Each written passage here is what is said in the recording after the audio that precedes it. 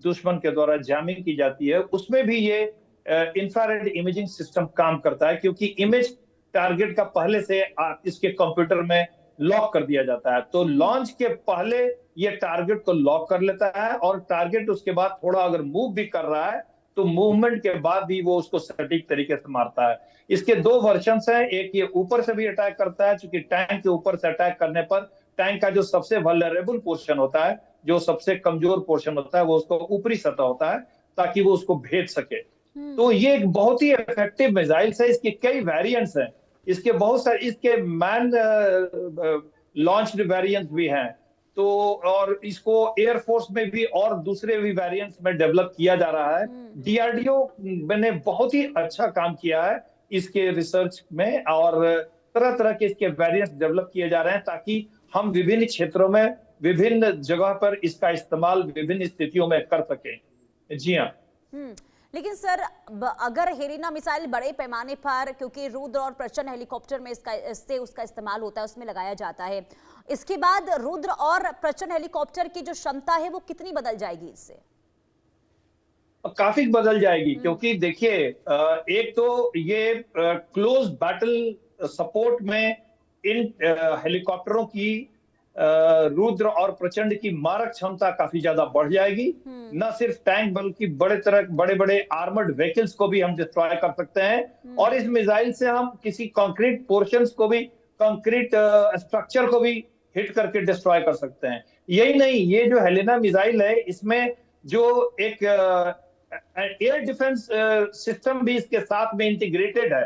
जैसे अगर हेलीकॉप्टर जो है वो बैटलफील्ड में जाता है, कंटेस्टेड एयर स्पेस में जहां पे युद्ध चल रहा है, तो इस हेलीकॉप्टर के ऊपर में आक्रमण भी होगा, इसके ऊपर भी मिसाइल लॉन्च किए जाएंगे, इसके ऊपर हथियार चलाए जाएंगे। तो उन हथियारों से और उन मिसाइलों से बचने के लिए इसी हेलिना मिसाइल्स में एक सूट में एक और भी सिस्टम है, जो एंटी शैक होगा या फ्लेयर छोड़ता है, ताकि जो आपके तरफ जो मिसाइल आ रही है वो डाइवर्ट उसको कर सके और उससे अपने आप का बचाव कर सके। तो ये पूरा एक पैकेज है, और इस पैकेज के कारण और इस सटीकता के कारण प्रचंड और हमारे जो ध्रुव और भी हेलीकॉप्टर्स हैं, उनकी मारक क्षमता युद्ध में काफी बढ़ जाएगी। जी हाँ।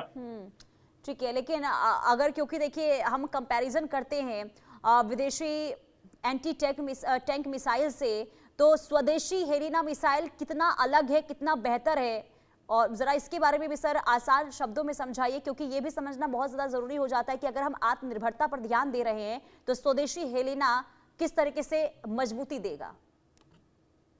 जी देखिए, सटीकता के मामले में और मारक क्षमता के मामले में हेलिना जो है वो विश्व के सर्वोत्तम एंटी टैंक मिसाइलों में गिना जा रहा है।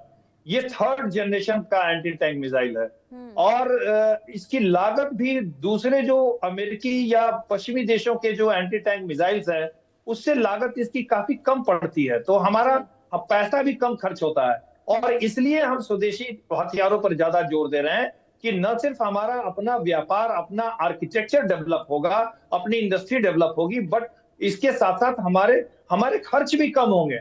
जैसे इस तरह के जो एंटी टैंक मिसाइल हैं, एक एक मिसाइल कई करोड़ के आते हैं, 10 करोड़ 20 करोड़ के आते हैं, जबकि ये जो हेलिना मिसाइल है वो उसके कॉस्ट जो है सिर्फ 1 करोड़ है।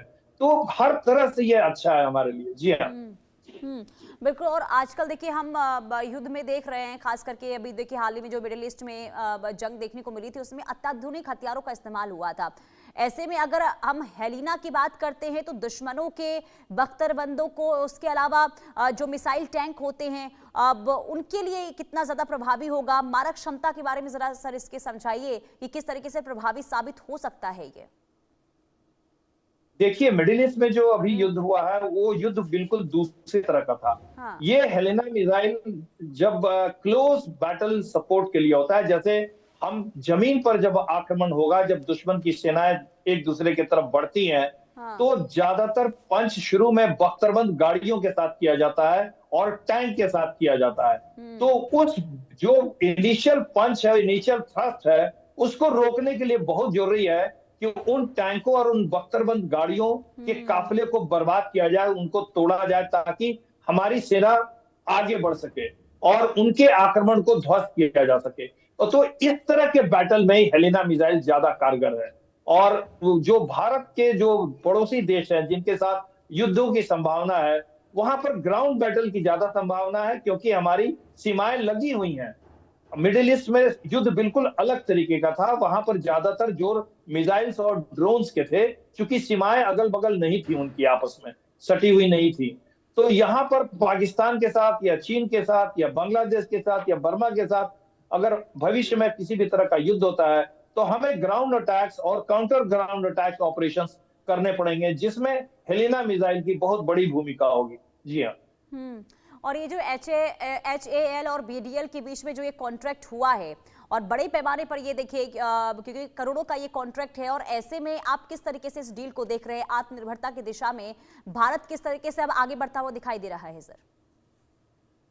जी, भारत डायनेमिक्स लिमिटेड जो है उसका पिछले तिमाही में उसका प्रॉफिट थोड़ा कम हो गया था, इसलिए चिंता का विषय था। जबकि भारत डायनेमिक्स जो है वो युद्धक बहुत सारी सामग्रियां बनाने में सक्षम है, और इतना जो ये 1300 भी से ज्यादा करोड़ का ये एक डील मिला है उसको, निश्चित रूप से भारत डायनेमिक्स लिमिटेड को इससे बहुत ज्यादा फायदा होगा।